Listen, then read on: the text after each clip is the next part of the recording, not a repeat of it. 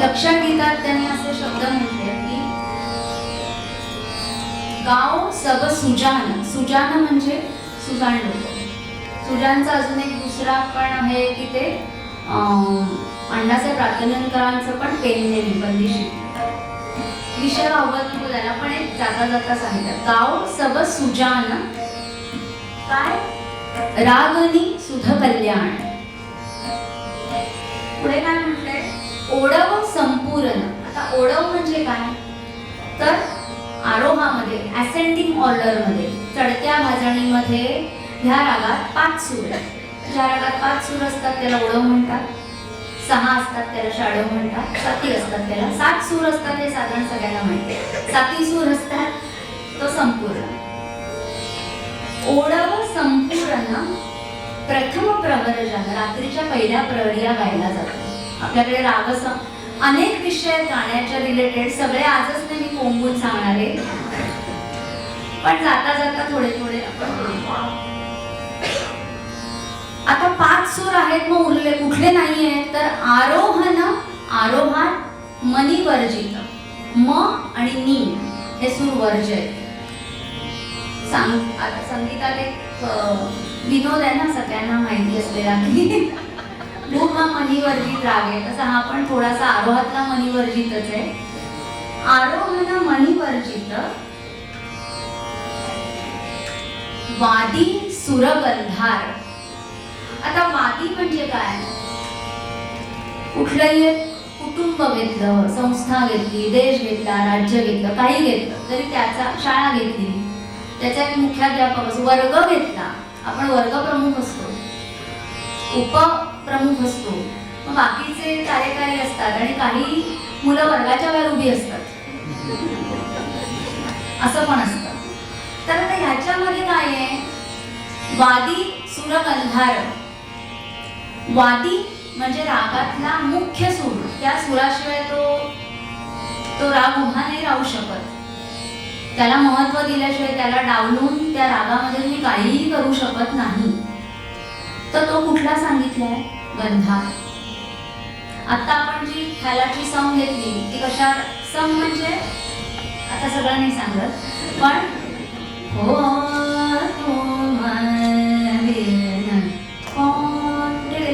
गंधारावर.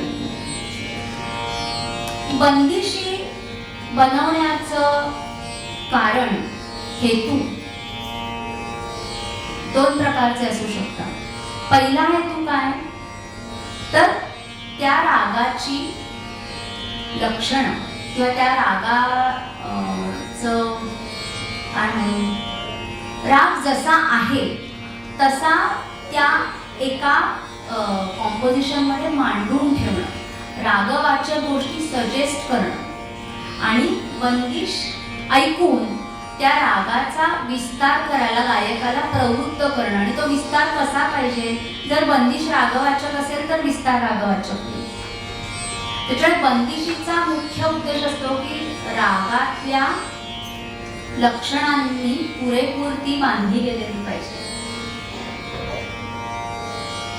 पण हे करताना सुद्धा अनेक बंदिशी आपण का शिकतो? मग एकाच बंदिशीत सगळी लक्षणं येऊ शकतात. अनेक का शिकतो?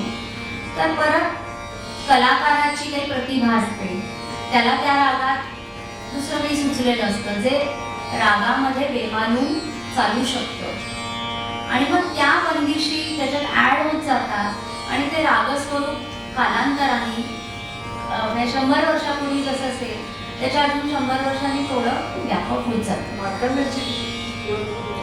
हा विषय आहे. सॉरी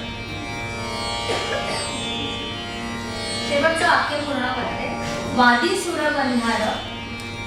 आता एक साधारणपणे अलिखित नियम आहे की वादी सूर जर सारेगम म्हणजे पूर्वांगात असेल तर संवादी सूर उत्तरांगात असतो.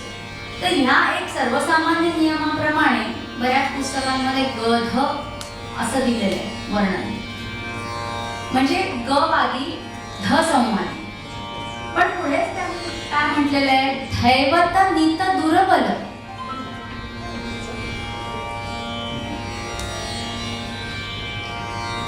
वादी गंधार आहे तर दैवत संवादी आहे असं पुस्तकात दिलंय. पण त्यांनी काय म्हटलंय, दैवत हित दुर्बल. परत वकिलींना गंधारवादी सांगितलंय, पण दैवत दुर्बल आहे सांगितलेलं आहे, तो संवादी आहे सांगितलंच नाहीये त्यांनी. तुमचं तुम्ही समजून जा काय.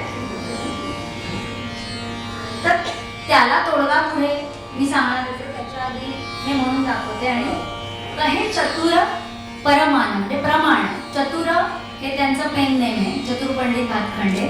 आणि कहे चतुर परमान, पण हे चतुरांनी कहेलेलं नाहीये, त्यांनी इतरांच्या म्हणण्याचं डॉक्युमेंटेशन केलंय आणि ते तुमच्या समोर मांडलंय. हे असं शास्त्रीय असं भातखंडे अजिबात सांगत नाहीये. हे असं जे गायलं जात आहे ते फक्त त्यांनी नमूद केलेलं आहे. ओके.